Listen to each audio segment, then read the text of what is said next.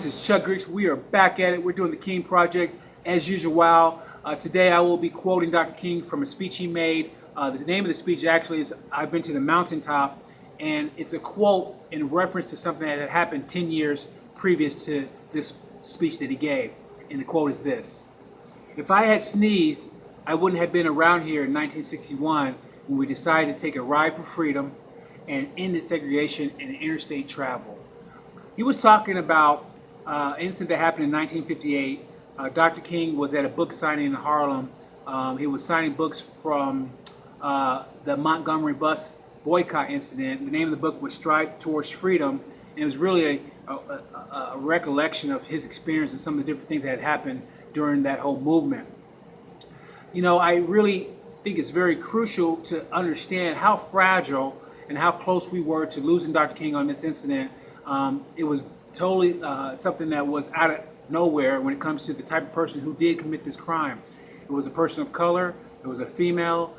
This lady was someone who had mental health challenges, and she approached his table, asked him who he was, made sure and confirmed that, explained to him that she'd been looking for him for about 5 years, and next thing you know, Dr. King was stabbed. Her target was the heart, and luckily she barely missed it, and he was able to at least get treatment, immediate treatment right off the spot right there.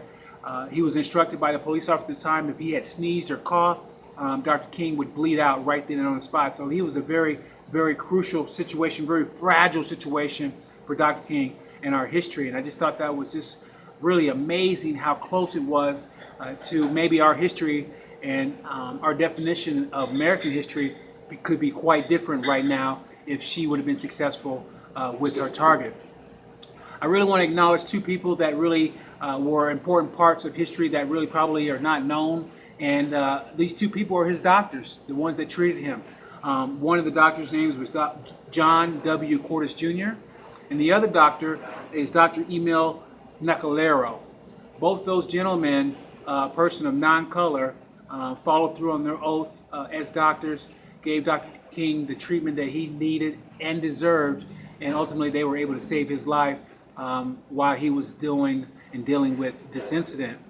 He was in the hospital for about 2 weeks, I believe, and while he was in the hospital, I think 10 days after he was in the hospital, he had made a statement towards his assailant, if you will, and this really showed a true act of kindness and forgiveness towards her act, and really felt for her and her mental fortitude.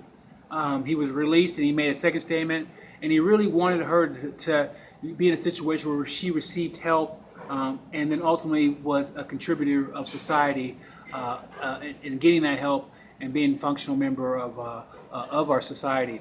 And again, that is a true testament and template of power of kindness that Dr. King showed in the face of adversity when it comes to, you know, how things could be totally different. I just think it's this important thing to acknowledge, because, you know, this is a fragile time in history that things could have totally been different.